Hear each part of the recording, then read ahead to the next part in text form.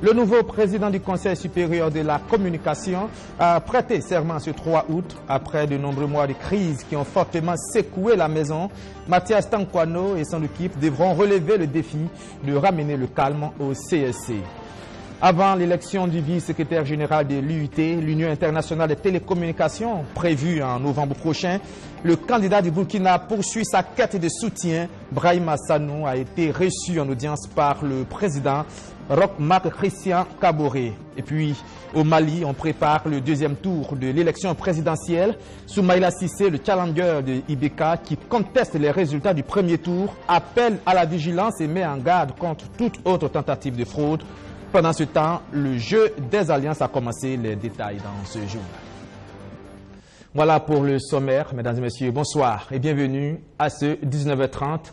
Tout de suite, direction le Mali, où le principal opposant à Ibrahim Boubacar Keïta conteste les résultats du premier tour de l'élection présidentielle.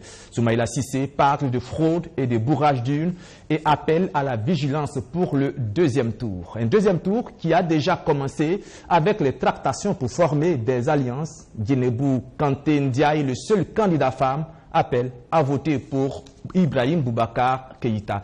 Le point de tout cela avec Boureima Soulo Madina Senou et Roméo Koïta. Après la proclamation des résultats provisoires, place au jeu des alliances.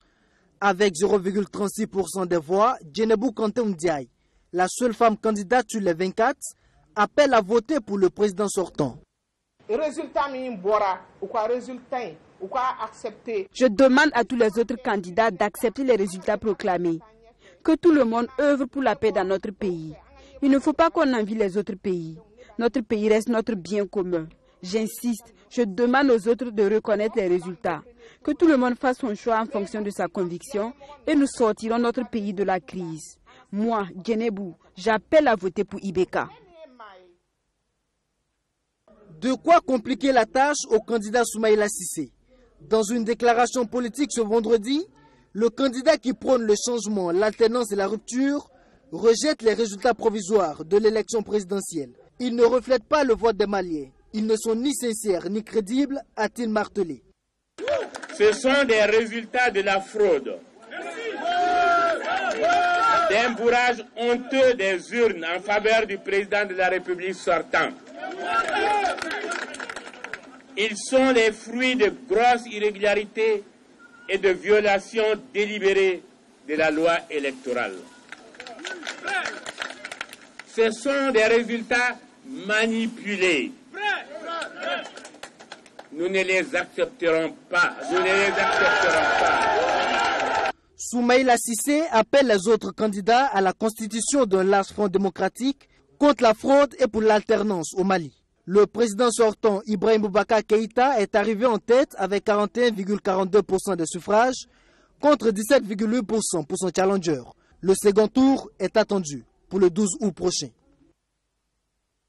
Voilà, retour au Burkina Faso avec cette information politico-judiciaire. Nous apprenons que le tribunal civil ordonne la cessation de l'utilisation du nom et du logo de l'UPC par les frondeurs de l'UPC RD. Nous y reviendrons dans nos prochaines éditions. Toute autre chose à présent. Peut-être le début d'une sérénité retrouvée et l'occasion d'un nouveau départ au CSC. Après plusieurs mois de crise, la nouvelle direction du Conseil supérieur de la communication a été officiellement installée dans ses fonctions ce 3 août. Comment ramener la confiance dans la maison? Eh bien, pour le nouveau président et ses 8 collaborateurs, c'est maintenant que le plus dur commence. Roméo Koïta.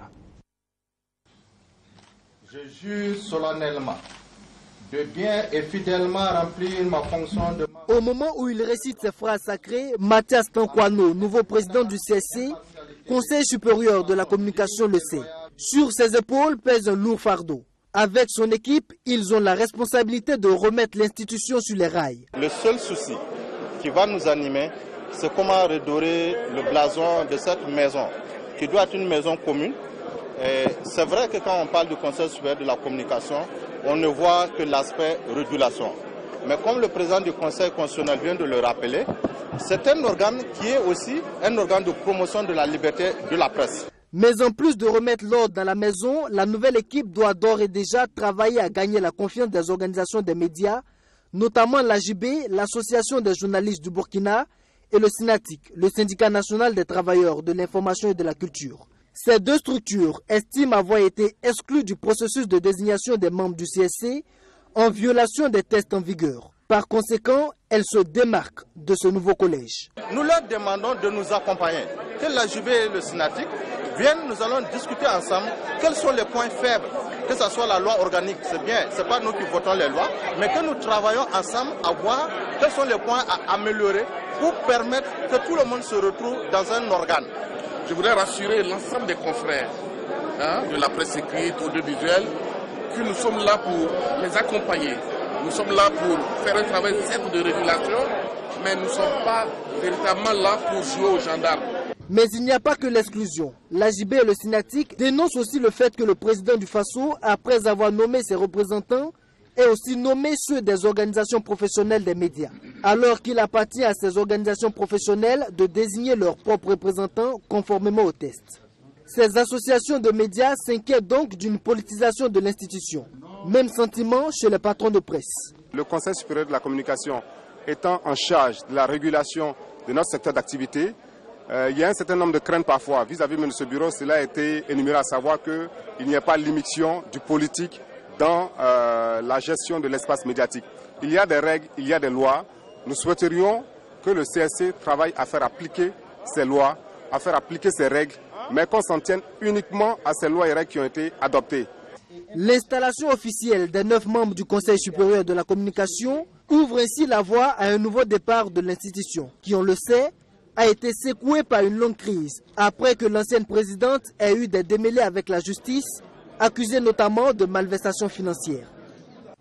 De la communication, on passe à la télécommunication dans un plus large spectre. C'est en novembre prochain que sera élu le vice-secrétaire général de l'Union internationale des télécommunications, un poste que brigue le Burkinabé Brahima Sanou, une candidature soutenue au plus haut niveau par le chef de l'État, Roch-Marc Christian Kaboré, qui a reçu en audience le candidat burkinabé venu lui traduire sa gratitude. Voilà, je vous propose d'écouter Brahima Sanou à sa sortie d'audience. Je suis venu remercier son Excellence, Monsieur le Président du Faso, pour son appui institutionnel et surtout son engagement personnel dans ma campagne, qui se passe très bien. Et nous avons aussi échangé autour de la question de l'économie numérique, en ce moment bien précis où, en fait, l'économie numérique se définit par une évolution telle que l'Internet des objets, où tous les objets seront connectés, l'intelligence artificielle, et ces questions qui soulèvent quelquefois des questions éthiques qui sont en dehors du système de télécommunications des TIC. Sur l'ensemble de ces sujets, j'ai échangé avec le président du Faso, qui est très avisé de ces questions, et à qui, en même temps aussi, m'a donné des approches, je dirais, pragmatiques par rapport à l'ensemble de ces questions. Et il m'a beaucoup encouragé à continuer la campagne qu'il soutient totalement et je tiens à l'en remercier. Les élections sont prévues en novembre 2018. Voilà. C'est moi qui vous remercie. Merci beaucoup. Merci beaucoup. Une autre audience maintenant, celle que le Premier ministre Paul Kabateba a accordée à des élèves venus de la région des Cascades. Ce sont des élèves tout émerveillés après avoir visité pour la première fois le Premier ministère que Paul Kabateba a reçu. Nous n'oublierons pas de sitôt ces instants et les conseils du Premier ministre ont-ils laissé entendre. Roméo Koeta.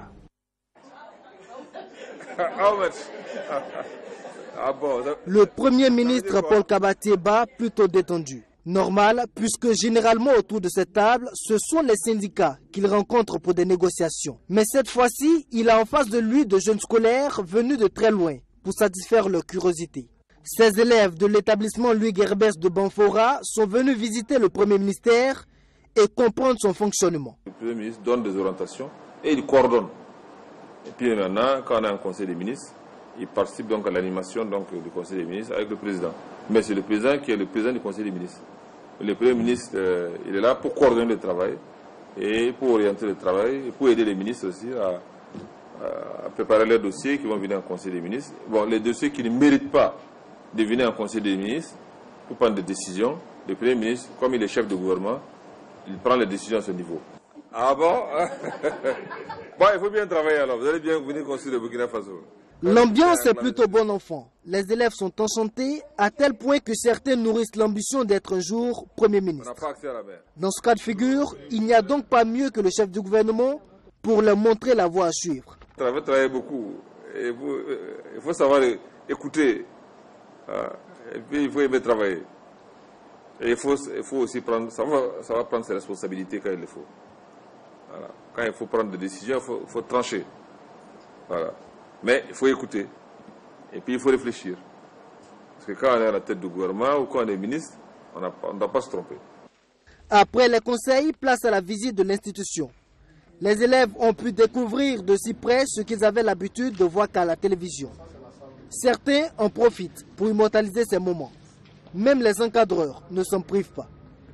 Au terme de la visite, ce sont des jeunes fiers et émus qui nous font part de leurs ambitions. Vraiment, dans la vie, il faut travailler. Parce que l'école est un chemin qui mène à un avenir meilleur. Et que j'encourage tous mes camarades et tous mes amis burkinabés à travailler et à être de hautes personnalités du Burkina.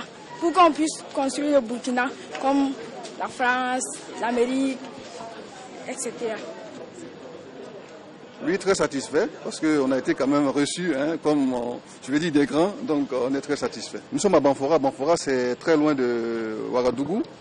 Alors c'est une occasion pour eux aussi de venir voir, toucher du doigt ce qu'ils voient à la télévision. Cette visite s'inscrit dans le cadre de la sortie d'excellence 2018 que l'établissement Louis Gerbès de Banfora organise chaque année pour encourager leurs élèves les plus méritants. Ils sont médecins, pharmaciens et chirurgiens dentistes nouvellement diplômés en attente d'intégrer la fonction publique. Une attente qui commence à devenir trop longue à en croire les concernés. Ces derniers ont exprimé leur lassitude au cours d'une conférence de presse ce matin. Le point de Luc Pabelguem. C'est une situation inexplicable que vivent ces médecins, pharmaciens et chirurgiens dentistes. Après avoir fini leurs longues études, l'État ne presse pas le pas pour les recruter dans la fonction publique, alors que des populations continuent de mourir sans avoir eu les soins d'un médecin de leur naissance à leur mort. Pour ces médecins, pharmaciens et chirurgiens dentistes, le dépôt des dossiers et le choix des régions d'affectation par tirage est le mot de recrutement à la fonction publique. Pourquoi alors, depuis bientôt 1 an, ils sont toujours dans la nature? Pourquoi nous ne pouvons pas attendre le tirage en octobre? Nous l'avons signalé. À notre niveau, nous ne faisons pas de fixation sur une période pour le tirage. Ce que nous disons, c'est qu'il y a le potentiel au Burkina Faso de médecins, de pharmaciens, de chirurgiens dentistes que l'État peut mettre à la disposition des populations. Est-ce qu'on juge que c'est normal pour un pays comme le Burkina Faso d'avoir des médecins au chômage pendant près de 10 mois? Parce qu'on tient à préciser que le dernier recrutement a eu lieu en décembre 2017. Et depuis décembre 2017, il y en a qui ont soutenu. Il y a des médecins qui sont dans la nature et ils ne sont pas mis à la disposition des populations. Le comité de suivi de la situation des médecins et pharmaciens en attente de recrutement donne de la voix. C'est le seul moyen qu'il possède d'ailleurs pour inviter les autorités à tenir parole. Tous espèrent que le mois d'octobre annoncé pour procéder au tirage sera enfin la bonne date. Au regard du manque en personnel de santé, le nombre de médecins n'est pas fameux au Burkina Faso, de même que le nombre de pharmaciens et bien sûr pour les chirurgiens dentistes, n'en parlons pas. Si on se fixe des quotas de 570, alors qu'il est probable qu'on dépasse ce quota de 570, on fait quoi avec le reste? On va mettre le reste là au chômage ou qu'est-ce que nos autorités prévoient? C'est la raison pour laquelle nous disons que si on fixe déjà des quotas, c'est qu'on est préparé à réduire, et ça de façon drastique, les recrutements en agents de santé. Ces professionnels de la santé en attente de recrutement ont du mal à comprendre leur situation actuelle. Pendant qu'ils sont au chômage, des populations ont plus que besoin d'eux et les chiffres parlent à ce niveau. Selon les normes de l'OMS, l'Organisation mondiale de la santé, il faut un médecin pour 5000 habitants. Or, au Burkina Faso, selon le MBDHP, le mouvement burkinabé des droits de l'homme et du peuple, il y a un médecin pour 14 402 habitants. C'est dans un tel contexte que le pays se donne le luxe de laisser attendre des médecins, des pharmaciens et des chirurgiens dentistes. Et même que pour le recrutement annoncé, 570 est le besoin exprimé par l'État. Il sera haut de 50 mètres et sa construction va coûter 300 millions de francs CFA. Il s'agit du monument de la jeunesse pour la paix qui sera érigé dans l'arrondissement 11. C'est une initiative du Conseil national de la jeunesse catholique. Eh bien, la première pierre de l'édifice a été posée hier. Le compte rendu de Madina Sienou. Le rond-point de la jeunesse burkinabé, situé dans l'arrondissement 11 de Ouagadougou et plus précisément dans le quartier Tampuy, va abriter le monument de la jeunesse pour la paix. Un monument qui dominera la sortie nord de la ville de Ouagadougou de par sa hauteur de 50 mètres.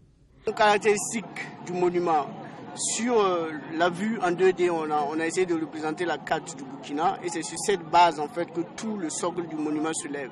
Et on a 7 piliers principaux. Les 7 piliers, tout le monde sait que le chiffre 7, c'est le chiffre de la perfection. Et ce chiffre est représenté par des piliers au-dessus duquel on a des cicatrices triangulaires. Et ces cicatrices, ça montre les sacrifices de toutes les générations passées. Et à partir de 20 mètres de hauteur, ces piliers montent et on a une première plateforme qui est accessible par un escalier et un ascenseur. Et à partir de cette plateforme, on peut avoir une vue panoramique de tout l'environnement urbain à côté. Et sur cette plateforme, on a 4 jeunes qui viennent donc des 4 points cardinaux, représentés par des coups perforés qui expriment toujours le sacrifice. Et tout au-dessus, on a une fleur de lotus qui est symbole de paix et de prospérité, auréolée par la flamme qui doit briller de jour comme de nuit. Le projet d'érection du monument de la jeunesse pour la paix, qui viendra embellir la ville de Ouagadougou, est soutenu par la municipalité. Elle s'engage à offrir 50 millions de francs CFA pour sa réalisation sur un budget de 300 millions de francs CFA. Nous avons la chance de prendre le modèle sur notre président, le président du Faso, qui dit une parole, une action. Et je pense que cet engagement va aller dans le même sens. Et c'est une place publique, c'est une place de la commune de Ouagadougou. Un tel projet ne peut se faire sans que la commune ne mette la main à la pâte. Mais nous avons fait un deal avec les jeunes. S'ils s'occupent de leur place, la commune également mettra les moyens pour les aider à réaliser leurs rêves, pour les aider à réaliser ce monument. Donc c'est un engagement ferme. L'idée d'ériger ce monument émane du Conseil national de la jeunesse catholique du Burkina Faso. Elle s'engage à prendre soin de l'espace qui lui est offert. Le moment que nous vivons est un moment important pour la jeunesse du Burkina et surtout pour nous les responsables. Et quand nous venons, on se disait c'est un grand défi. C'est un grand défi et un acte courageux que de se projeter dans la pose de la première pierre de ce monument. Alors comme nous avons eu le contrat ce soir, nous nous engageons aussi fermement à rendre ce lieu propre tous les week-ends au moins. Et nous souhaitons vraiment que ce projet voit le jour et qu'un jour nous puissions revenir pour son inauguration. La pose de la première pierre du monument de la jeunesse pour la paix entre dans le cadre des activités de la 7e édition des Journées nationales de la jeunesse qui se tiennent du 1er au 5 août à Ouagadougou. La lutte contre le cancer passe aussi par la préservation de l'environnement sous certains aspects. C'est le message que semble envoyer cette initiative des épouses de chefs d'État d'une douzaine de pays africains présentes à Ouagadougou dans le cadre d'un séminaire régional de haut niveau sur la promotion de la sensibilisation à la lutte contre le cancer. Eh bien, elles ont chacune planté un arbre, une symbolique pour rappeler l'importance du reboisement. Chérifatou Dao, Rémi Lambert-Névier. Après s'être engagées à prendre à cœur la lutte contre le cancer, les premières dames du groupe Afrique de l'Organisation de la coopération islamique se sont rendues au centre hospitalier universitaire de Ouagadougou pour une campagne de reboisement. Une plantation symbolique qui, pour l'épouse du chef de l'État burkinabé Sika Kaboré, représente beaucoup. À l'issue de nos travaux du séminaire régional de haut niveau sur les programmes, sur la promotion des programmes de sensibilisation et de plaidoyer contre le cancer. Nous avons tenu à immortaliser cet événement à travers cette cérémonie de plantation d'arbres. Et nous avons choisi de venir le faire à l'hôpital du district de Bogodogo, puisque, comme vous le savez, le cancer est une affection de santé. Et nous pensons qu'avec les espèces que nous avons plantées, que bientôt, dans quelques années, ces arbres fourniront de l'ombre aux patients qui viendront se faire soigner ici. Après cette plantation d'arbres, dernière activité du séminaire des premières dames du groupe Afrique de l'Organisation de la coopération islamique pour la lutte contre le cancer. Chaque première dame retourne dans son pays pour mettre en exécution les mesures prises pour une lutte efficace contre le cancer. Le ministre en charge de la solidarité nationale aux côtés des maîtres coraniques. Il s'agit de les aider à maintenir les enfants dans ces centres d'enseignement et de diminuer leur présence dans les rues. Et bien pour la cause, le département de Laurence Marshall a fait don d'un lot composé de produits de nature diverses. Abdulaziz Saré, Roméo Koeta. 25 tonnes de riz, 69 tonnes de maïs, 879 nattes et couvertures, 417 seaux et 375 cartons de savon. C'est le don du ministre en charge de la solidarité nationale au maître coranique de Ouagadougou. D'une valeur de plus de 36 millions de francs CFA, ce don va permettre à ces maîtres de garder leurs talibés dans les foyers coraniques afin de réduire le taux d'enfants dans les rues de la capitale burkinabé. En tout cas, moi, en tant que président, vraiment, je suis très content d'avoir cette don-là. La fois passée, vous savez qu'on a fait une réunion au CBC. Bon, ce jour-là, c'était la réconciliation entre l'action sociale et les écoles coraniques. Vous savez que nous sommes des ennemis plus de demi-siècle. Aujourd'hui, on a devenu des amis. En tout cas, pour moi, je suis très satisfait. En tout cas, dans des jours-là, les talibés vont diminuer un peu, Inch'Allah. On ne peut pas dire que c'est tout cool, mais petit à petit, ça ira, Inch'Allah. Mon département a entamé le programme de retrait des enfants et des femmes en situation de rue. Dans ce sens, nous avons entrepris des pourparlers et des démarches inclusives pour permettre à cette opération d'avoir le meilleur rendement. C'est dans ce sens que nous avons contacté l'association des maîtres coraniques à travers la FAIB, qui a été vraiment un soutien fort pour cette opération, pour demander aussi à ces acteurs comment ensemble nous pouvons travailler à préserver un environnement protecteur, un environnement propice à l'épanouissement des enfants. Selon le premier responsable du département de la solidarité nationale, un recensement fait dans la ville de Ouagadougou en décembre 2016 montre que 2329 enfants vivent en situation de rue. Cette opération vise à leur donner une seconde chance en vue de leur autonomisation. Nous sommes allés voir quelques écoles coraniques, nous avons signé des conventions avec eux et dans ce sens, nous allons venir faire un apport symbolique pour leur dire que ce n'est qu'un début, nous avons des moyens limités, mais au fur et à mesure que nous allons avancer dans notre partenariat, nous allons élaborer des stratégies claires, fiables pour appuyer ces maîtres coraniques afin qu'ils maintiennent leurs enfants dans les foyers coraniques, qu'ils aient l'éducation religieuse et surtout aussi qu'ils aient une formation qu'après cet apprentissage religieux, qu'ils puissent aujourd'hui pratiquer un métier pour gagner leur vie au lieu de se donner à autre chose. Cette initiative de retrait des enfants et femmes en situation de rue qui se tient pour la première fois au Burkina Faso ne se limitera pas qu'à Ouagadougou. Selon le ministre en charge de la solidarité nationale, elle va concerner toutes les villes du Burkina Faso dans les jours à venir. En RDC, pour terminer, les opposants se mobilisent en vue du prochain scrutin présidentiel, mais avec des fortunes diverses. L'ancien chef de guerre Jean-Pierre Bemba a déposé sa candidature et commence à soulever les foules, quand Moïse Katumbi, lui, est tout simplement empêché de rentrer au pays. Deux hommes pour prendre la place de Joseph Kabila. À 4 mois de l'élection présidentielle en RDC, 2 opposants, l'actuel chef de l'État, ont annoncé s'être portés candidats. À commencer par l'ancien chef de guerre, Jean-Pierre Bemba, tout juste acquitté après avoir passé 10 années en prison pour crimes de guerre et contre l'humanité. Accueilli par des dizaines de milliers de fidèles à Kinshasa, la capitale, Jean-Pierre Bemba a pu déposer sa candidature sans entrave. Situation différente pour l'autre opposant à Kabila, Moïse Katumbi. Après lui avoir interdit d'atterrir sur le sol congolais, les autorités l'empêchent désormais de traverser la frontière avec la Zambie, où il se trouve actuellement, bloquant toute tentative de dépôt de candidature.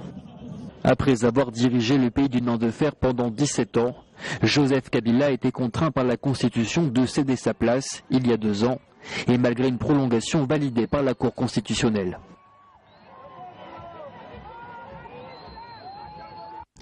Voilà, et c'est la fin de ce journal. Merci de l'avoir suivi, mais ne quittez pas, restez sur BF1 tout à l'heure à 21h. Votre émission de sport préférée, le Sport Time avec Luc Pabelgem. Demain, Aubin Guébré prend le relais pour le 19h30. Et puis lundi, vous retrouverez la charmante Wadlia Caroline Yoda. Merci de votre fidélité.